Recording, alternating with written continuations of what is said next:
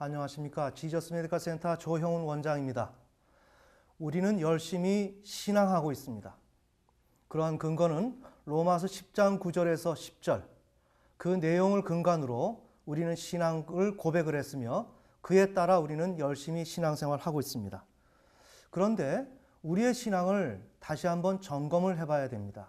왜냐하면 우리가 올바른 상태에서 신앙을 고백했다면 문제가 없는데 우리의 상태가 잘못된 상태에서 신앙을 고백하고 그것에 준해서 신앙생활하고 있다면 그것은 큰 문제가 될 수가 있습니다. 그래서 오늘은 자기 기만이라는 내용으로 우리의 구원의 내용을 한번 살펴보는 시간을 갖고자 합니다. 네, 우선 구원에 대한 부분을 다시 한번 명시합니다. 로마서 10장 9절에서 10절 하나님께서 예수 그리스도를 죽은 자 가운데서 살리신 것을 마음으로 믿습니다. 첫째, 우리가 구원을 받기 위해서는 둘째, 그래서 그러한 예수님을 주라 입으로 시인합니다. 자, 우리의 구원에 관계된 문제를 자세하게 우리가 생각해 볼 필요가 있는데 우리 한국교회에서는 하나의 구원의 과정이 주문을 외우다시피 어떤 그 과정에 대한 것을 인정하기만 하면 되는 듯한 마음의 태도를 가지고 있습니다. 따라서 그런 결과 때문에 우리는 구원에 수반되는 여러 가지 행위와 구원의 본질에 관계된 문제를 다 간과하고 그것을 지나친 가운데 우리는 또한 거기에서 또 구원받았다라고 억지로 확신하려고 애를 쓰고 있습니다. 자, 바로 그런 전 상황에서 우리는 오늘 이러한 내용들을 점검해 볼 필요가 있습니다. 따라서 로마서 10장 9절에서 10절에 나오는 이 두 가지 내용은 첫째 부분은 하나님을 창조주와 통치자로 인정한다는 것을 얘기하는 것입니다. 다시 말하면 우리가 이 내용 자체를 그냥 이해한다고 되는 것이 아니라 이것을 우리가 마음으로 믿는다는 것은 하나님을 창조주와 나의 통치자로 인정하고 수용한다는 것을 의미합니다. 아멘. 네. 자, 또한 예수를 주라 입으로 시인한다는 것은 이제 우리 주님께서 나의 주인이라는 것을 이야기하는 것입니다. 그러면 이 내용이 왜 나왔을까요?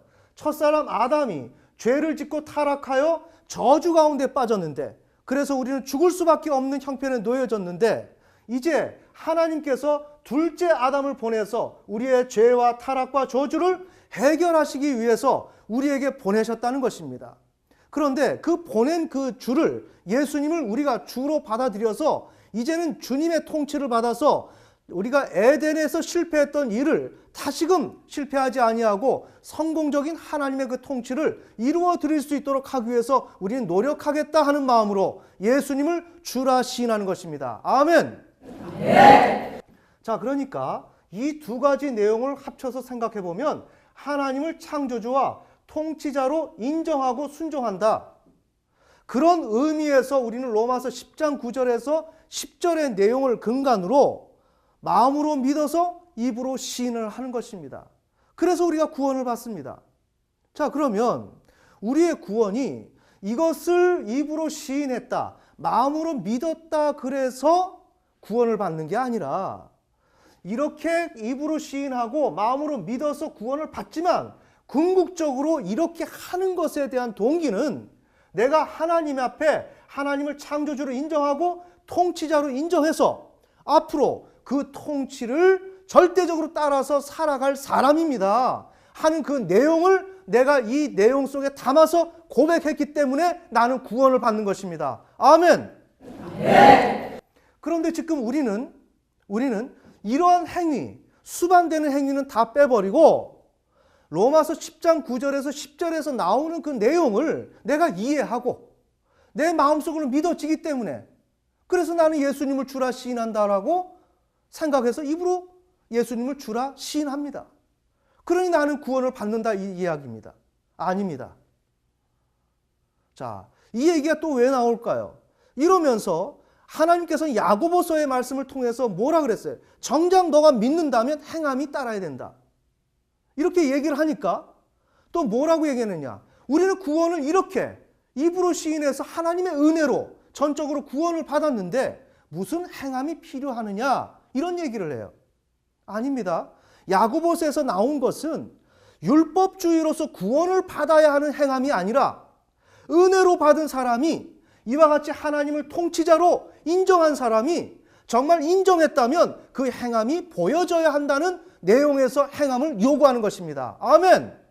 네. 그러니까 그 행함이 없다면 나는 역으로 하나님을 통치자로 생각하지 않은 것입니다.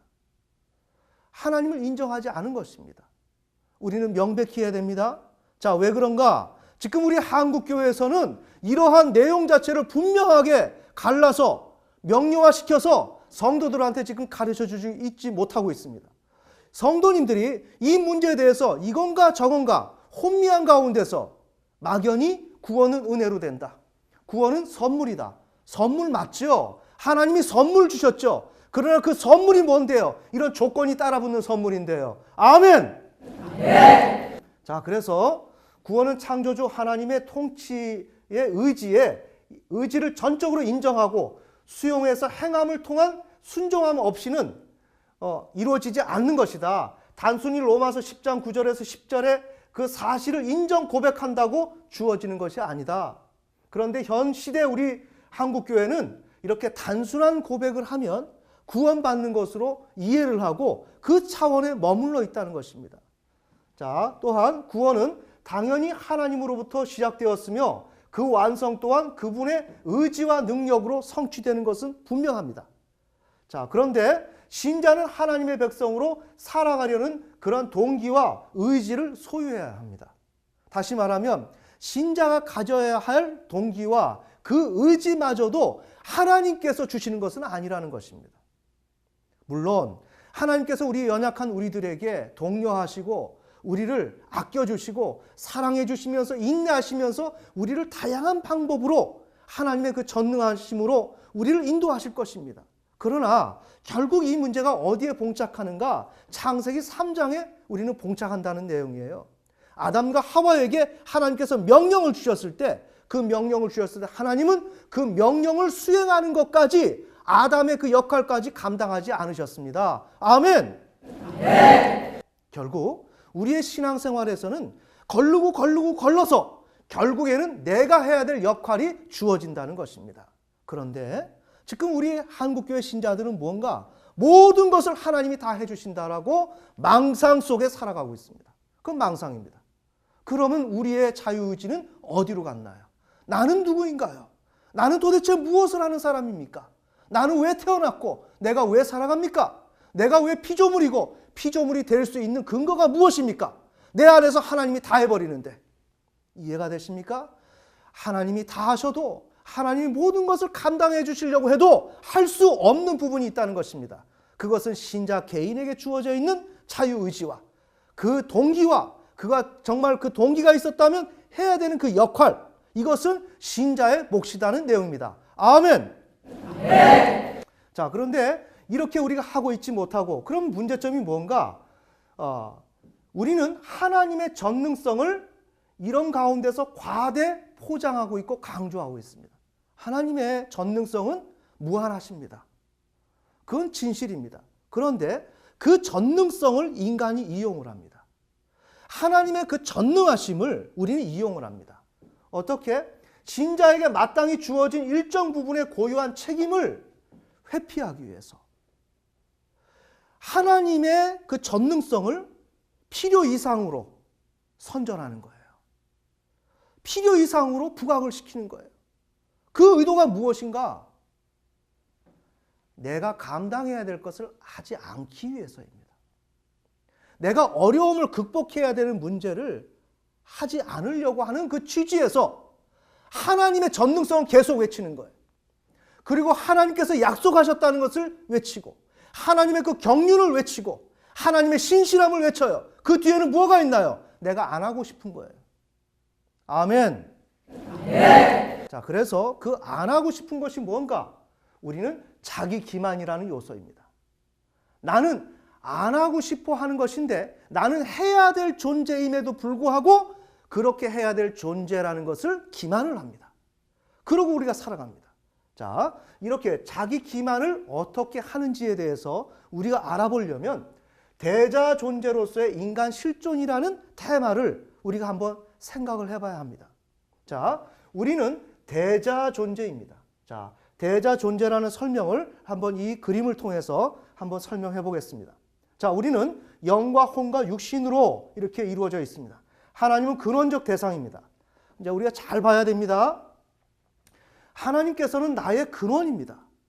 우리가 무슨 일을 하든지 내가 근원이 될 수가 없습니다.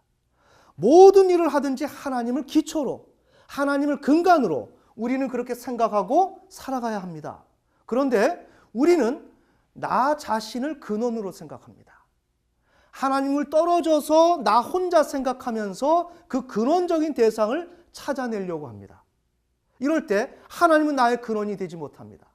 이것이 아담과 하와가 타락을 할 때, 선악을 알게 하는 나무의 실과는 먹지 말라 했을 때 그는 하나님과 분리된 상태에 존재할 수밖에 없었습니다. 이때 하와는 어떻게 해야 되는가? 하나님을 근원으로 생각하고 신앙으로 나가야 했었습니다. 아멘! 네. 그런데 하와는 거기서 하나님을 근원으로 삼지 못했습니다. 자, 우리는 하나님을 근원으로 삼아야 되고 하나님의 뜻과 명령을 그 근원으로 삼아서 수용하고 따라가야 합니다. 그러면서 세상을 정복하고 다스려야 합니다. 그런데 이 세상을 정복하고 다스린다는 건 일상적인 용어가 아니에요. 자, 위에서 말씀을 드린 그 내용에 우리가 기초해서 본다면 조건이 뭔가? 우리가 세상을 정복하고 다스리면서 나가기 위해서 필요한 조건이 뭔가? 그것은 신앙적 기초다. 이미 말씀드린 대로 나는 하나님을 신뢰해야 된다. 나의 생명은 하나님이다. 나의 근원은 하나님이다. 언제나 하나님을 중심을 통해서 하나님의 뜻을 중심으로 내가 모든 일을 그렇게 해나가야 된다. 이렇게 해나가야 되는데 이미 말씀드린 대로 나는 하나님을 근간으로 생각하지 아니하고 하나님과 떨어져서 나 홀로 문제를 대면한다는 내용입니다. 이렇게 될 때 어떤 문제가 생기는가? 나에게 근원이 뒷받침이 안 되기 때문에 불안이 도래한다는 거예요. 맞죠? 어떤 방책과 대책과 이것이 있다면 우리 불안하지 않아요. 그런데 그 대안이 없을 때 인간은 불안해져요. 자, 이럴 때 불안이 오는데 불안을 극복해야 되는 것입니다. 자, 이 부분은 앞으로 우리가 좀 더 세밀하게 다루기로 하고, 그러면서 우리는 대타자와 이미 말씀드린 대로 우리의 심리적 공간 속에서 출현시킨 대타자와 큰 사물을 호출하고, 이래서 우리는 투사를 하는데 이런 행위를 하지 말아야 돼요. 그리고 그렇게 하여 우리는 세상을 욕심을 하는 하나님 외의 대상에게 나의 불안한 것을 극복하기 위해서 내 마음속에서 있다고 생각하는 큰 사물과 대타자를 사물에게 투사해서 그를 욕망하는 이른바 탐욕을 하지 말아야 된다는 내용입니다. 자, 이렇게 되는데 이러한 존재가 누구인가? 대자 존재라는 것입니다. 자, 대자 존재는 뭐예요? Being for itself. 그러니까 나는 존재한다는 거예요. 누구를 향해서? 그것을 향해서. 그것이 뭐예요? 나를 향해서. 나 자신을 향해서 있는 존재. 이게 대자 존재라는 거예요. 그러니까 여기서 나 자신, 이 셀프라고 하는 건 뭐예요? 이렇게 하나님이 나의 근원이요, 하나님 명령을 따라서 살아가야 되고 그것을 기반으로 세상을 정복하고 다스리고 나가야 된다. 나는 불안을 극복하고 나가야 된다. 그게 나 자신이라는 거죠. 이해가 되십니까? 그러니까 나는 이렇게 세상을 불안하고 두려움을 주는 세상이지만 하나님을 의지하고 명령과 뜻대로 살아가야만 하는 그러한 운명적인 존재, 그런 운명적인 존재가 나라는 것이에요. 그러면 대자 존재는 뭐죠? 그런 운명적인 존재를 회피하지 아니하고 그렇게 살아가야 할 나 자신을 대면하고 그러한 자신을 내가 수용해서 현실의 문제와 그 저항을 극복하고 그렇게 되어진 나로 살아가는 존재, 이것이 대자 존재예요. 자, 우리가 이 부분을 좀 명심하고 우리가 넘어갑니다. 그렇게 해야 되는데 우리의 육신은 하나님을 근원으로 삼지 않아요. 그러면서 하나님의 뜻과 명령을 수용하지 아니하고 나 자신 안에서 갇혀서 행동하고 살아가려고 그래요. 이게 오늘 우리 신자들의 모습이죠. 그래서 현실 대상에게 큰 사물, 대타자를 투사하죠. 우리가 지난 시간에 다뤘었죠. 저 같은 경우 엄마가 보따리 싸고 자꾸만 나가시니까 저는 아파트에서 어린아이들을 이렇게 학원으로 보내는 어머니가 그렇게 부러웠어요. 롤러스케이트 타고 사탕 빨고 다니면서 코 질질 흘려도 그래도 저 아이는 엄마의 품 안에 있지. 그러면서 그런 엄마를 부러워했어요. 저는 그러면서 어떻게 했을까요? 무언가 힘있고 능력 있는 엄마의 모습을 바라봤겠죠? 그럼 뭐예요? 내 마음속에 의지하고 싶은 큰 사물과 대타자를 그런 대상에게 내가 투사를 했기 때문에 그 대상이 나에게 믿음직스럽고 의지할 수 있는 대상이 되었죠. 아멘. 네. 자, 그래서 이렇게 투사하면서 그런 대상을 의지하는 거, 이게 탐욕이에요. 그러면서 안정감을 획득하려고 시도를 했죠. 이것은 뭐예요? 지금 나라는 그러한 즉자 존재예요. 이것은 그러니까 being in itself예요. 나는 나 자신 안에 있다는 거예요.